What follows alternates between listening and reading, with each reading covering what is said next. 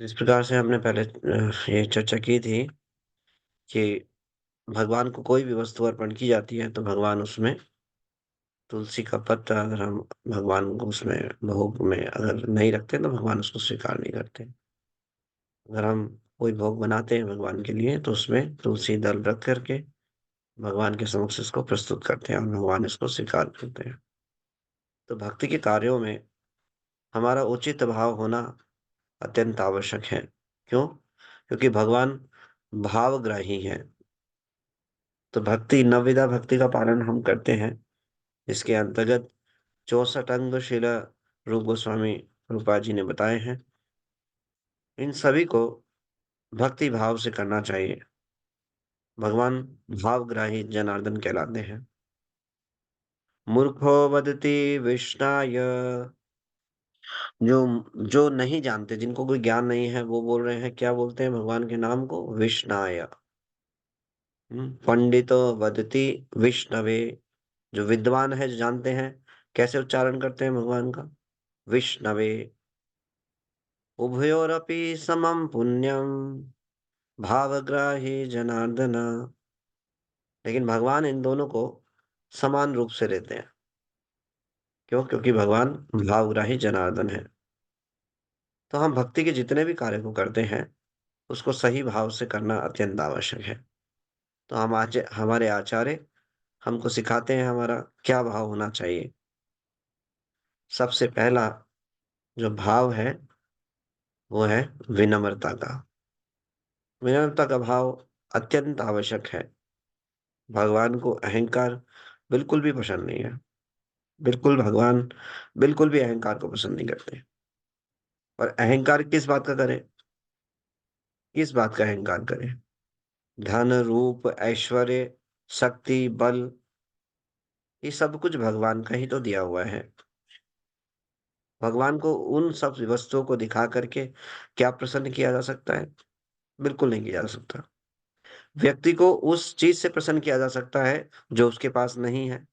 तो भगवान के पास तो ये सब कुछ है, सारा ऐश्वर्य है, लेकिन भगवान के पास एक वस्तु नहीं है। जो इस संसार में भौतिक सब जीवात्मा हैं, बद्ध जीवात्माएं, वो अपने संबंध को भूल करके हृदय में भगवान के प्रति प्रेम भाव नहीं है। तो जब हम उस प्रेम को भगवान को अर्पण करेंगे, भगवान प्रसन्न हो जाएंगे। इसी चीज से भगवान को प्रसन्न किया जा सकता है। भक्त्या तु तोष न अन्य च प्रिय माधवा। केवल भक्ति के द्वारा भगवान को संतुष्ट किया जा सकता है, प्रसन्न किया जा सकता है। तो अब क्या भाव होना चाहिए हमारा? जब करते समय जो सबसे महत्वपूर्ण कार्य है भक्ति में, 99% जो प्रोग्रेस है, प्रगति है, वो हमारे जप पे निर्भर करती है। जप करते समय सारी शक्ति को झोंक देना चाहिए, लगा देना चाहिए सारी शक्ति को। सारी प्लानिंग इसलिए होनी चाहिए जप के लिए। युग धर्म है ये, एकमात्र ऐसा कार्य जिसके द्वारा बड़ी शीघ्रता से, आसानी से भगवत प्राप्ति की जा सकती है, ऐसे घोर कलयुग के वातावरण में भी। कलौ दोष निधि राजन अस्ति एक महान गुणा कीर्तनादेव कृष्णस्य मुक्त संग परम व्रजेत। ऐसे कलयुग के घोर वातावरण में दोष ही दोष है, हर प्रकार से दोष है, हर चीज में दोष है। लेकिन ऐसे वातावरण में केवल कृष्ण के नामों का उच्चारण करके, भगवान का नाम कीर्तन के द्वारा भगवान को प्राप्त किया जा सकता है। तो अब क्या करना चाहिए? सारी शक्ति को इसमें लगा देना चाहिए।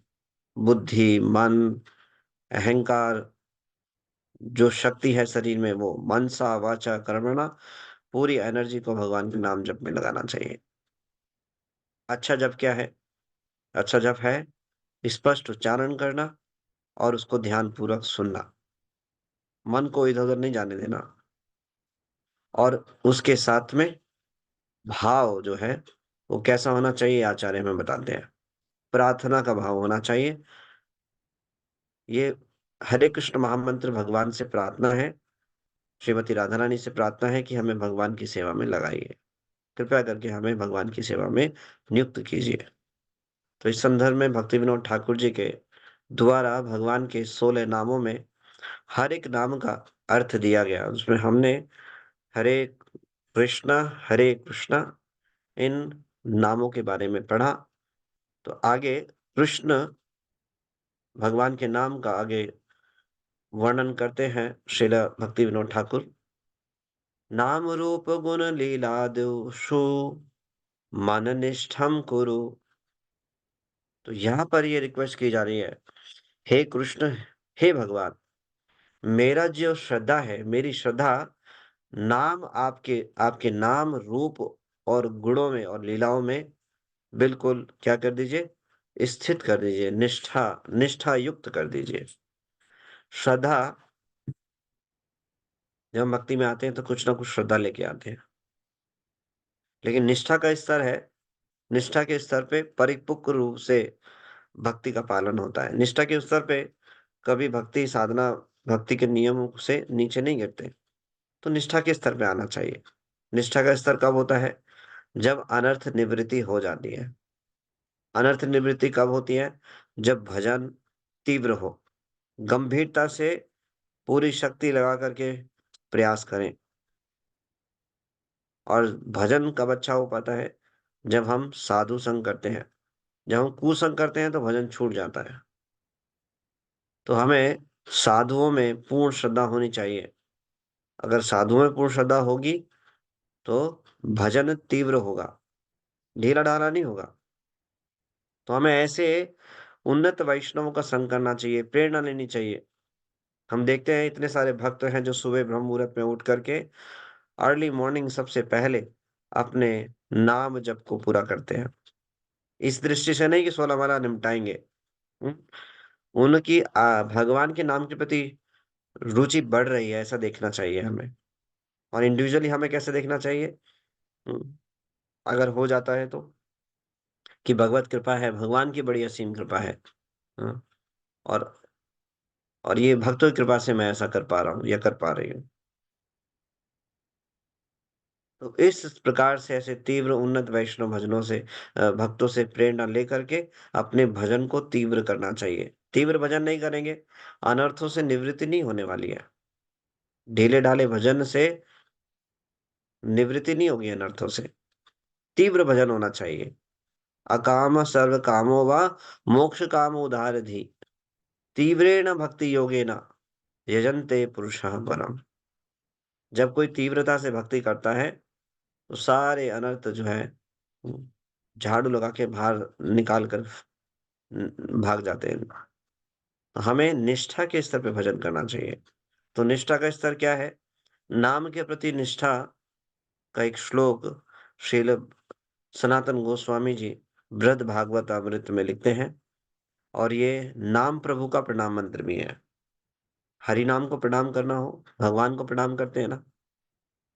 अलग अलग भगवान की डिटीज हैं, सीताराम लक्ष्मण भक्त हनुमान, हम्म, श्री जगन्नाथ बलदेव सुभद्रा, गौर निताई, श्री गौर निताई, श्री राधा श्याम सुंदर। तो अलग अलग डिटीज को हम प्रणाम करते हैं। नाम प्रभु भगवान से अभिन्न है। तो नाम प्रभु का भी प्रणाम मंत्र है। तो ये प्रणाम मंत्र ये श्रील सनातन गोस्वामी जी बृहद भागवत अमृत में वर्णन आता है 1.9 में।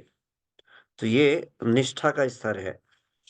तो इस प्रकार की निष्ठा हमारी होनी चाहिए भगवान नाम में। तो ये श्लोक आप लिख भी सकते हैं इसको, और इसको याद भी कर सकते हैं। नाम प्रभु का प्रणाम मंत्र है। तो इसको प्रतिदिन ऐसा नाम प्रभु को प्रणाम करके भी जप की शुरुआत कर सकते हैं। तो इसको लर्न कर लीजिए, ये आपको बहुत ही हेल्प करेगा। और इस श्लोक में निष्ठा बताई गई है जो हम भी उसको प्राप्त कर पाएंगे। तो ये श्लोक इस प्रकार से है। जयति जयति नामानंद रूपम मुरारे विरमित निज धर्म ध्यान पूजा आदि नित्यम। समझ कीजिएगा।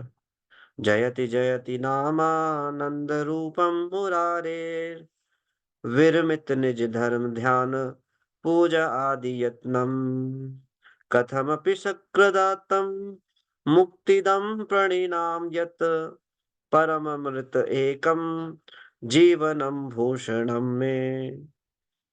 श्री कृष्ण के सर्व आनंद में पवित्र नाम की जय हो, जय हो, हरिनाम प्रभु की जय। हरे कृष्णा, कृष्णा कृष्णा हरे हरे, हरे राम, राम राम हरे हरे। जो भक्त से सारे पारंपरिक धार्मिक कार्यों, ध्यान और पूजा को छुड़वा देता है। यदि कोई जीव येन केन प्रकारेण एक बार भी नामोच्चारण करता है, तो पवित्र नाम उसे मुक्ति प्रदान करते हैं। कृष्ण का पवित्र नाम सर्वोत्कृष्ट अमृत है। यह तो मेरा जीवन है और मेरा एकमात्र धन है। तो यह है निष्ठा। भगवान के नाम के प्रति इस प्रकार की निष्ठा हमारी होनी चाहिए। अगर नाम के प्रति समर्पित है तो बाकी जो पहले कर्म कांड पूजा धार्मिक कार्य करते थे, ये सब छूट जाता है। और क्या करता है, एकमात्र जीवन बना देता है और एकमात्र धन। तो आज हम यहीं पे चर्चा करेंगे। अब हमने हरे कृष्णा कृष्णा यहाँ तक 16 शब्दों में, 16 नामों में 5 नामों पे चर्चा की। तो अगले छठे नाम पे हम चर्चा कल करेंगे। आप सभी भक्तों का बहुत बहुत धन्यवाद। श्री हरिनाम प्रभु की जय, जगत गुरु श्री प्रभुपाद जी की जय। जय बोल प्रेमानंदे, हरि हरि बोल।